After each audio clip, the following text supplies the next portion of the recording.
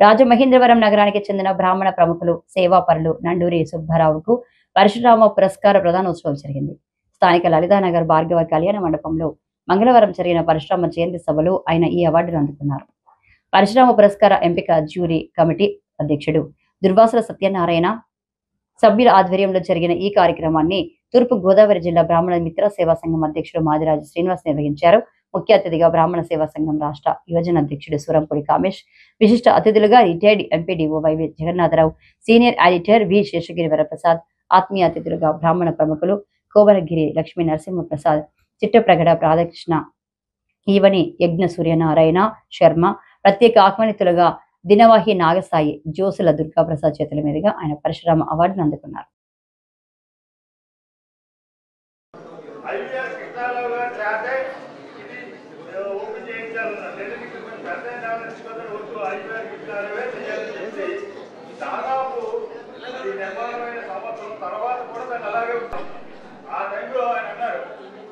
ఇక్కడ పరశురామ పురస్కారాలు ఇవ్వాలా ఇంకెంతో తెలీదు, అందులో ఫస్ట్ పురస్కారం నండూరి రమణకి ఇవ్వాలా అని చెప్పి అన్నాడు.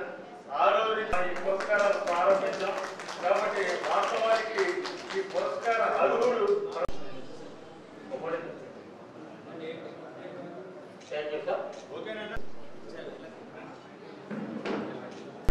ఆప్తుడిగా ఉంటూ గ్రామ సంఘాలు, రాజమండ్రి ఎన్ని సంఘాలు అన్ని సంఘాలని కూడా కలుపుకుంటూ నా తమ్ముడు చాలా సేవ చేశాడు.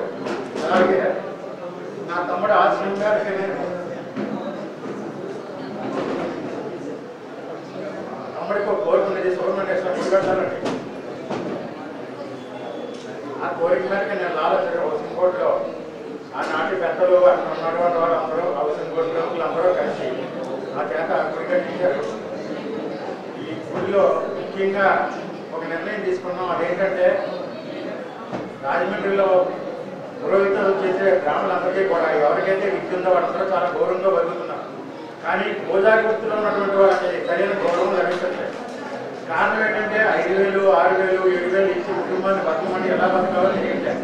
అందు గురించే ధ్వజస్తంభంలో ఏ గుడికైనా సరే 30,000 రూపాయలు జీతం ఇచ్చి 10 డబ్బులు కూడా వాళ్ళకే ఇచ్చి ఈ కార్యక్రమాన్ని రాజమండ్రిలో అన్ని కూడా వర్తింపజేసి గ్రామంలో ఉన్నటువంటి పూజారులందరినీ కూడా ఆ గుడికి అంకితమయ్యి ఆ గుడి సేవలోనే నియుక్తమై ఉండేలాగా నేను ఒక ఆలోచనతో అక్కడ ఒక కార్యక్రమానికి నేను శ్రీకారం చుట్టాను. కారణం ఏంటంటే మనం ఎంత పెద్ద గుడి కట్టినా ఆ గుడిలో గోదావరిలో అక్కడ అంకిత భావంతో లేకపోతే ఆ గుడికి ఎక్కడ ప్రాముఖ్యత. ఉదాహరణకి వాడపల్లి వెంకటేశ్వర గుడి ఎప్పుడో కట్టారు, చాలా ఫేమస్ ఉండేది.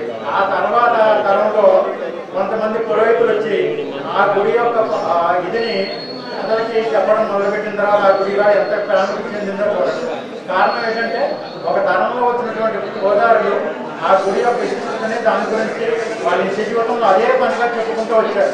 దాంట్లో ఎక్కడో మరుగులు పడిపోయిన గుడి ఈ కాలం ఎంతో దేశమానంగా వెళ్తాం. ఒక గుడి నిలబడాలన్నా ప్రాచుర్యం చెందాలన్నా ఆ గుడి యొక్క ఆవశ్యకతని చెప్పేటటువంటి గోదావరిదే ముఖ్య ఇది. వాళ్ళు వేరే అవకాశం లేకుండా అదే పని మీద ఉంటే ఆ గుడి అభివృద్ధి చెందుతుంది.